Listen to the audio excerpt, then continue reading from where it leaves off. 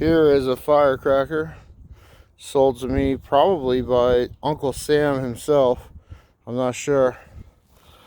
Let's see what she does.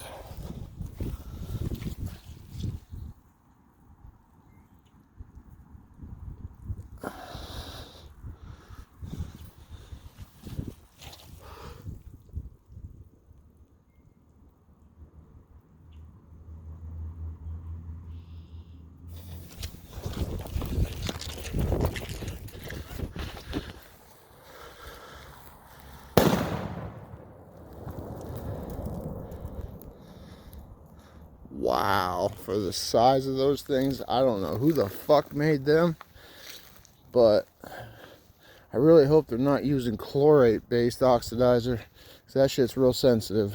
But that was really loud. Let's look at the damage. Wow. Now it's swampy back here, but god damn, I felt the force around me go. It was a good one. How's it going?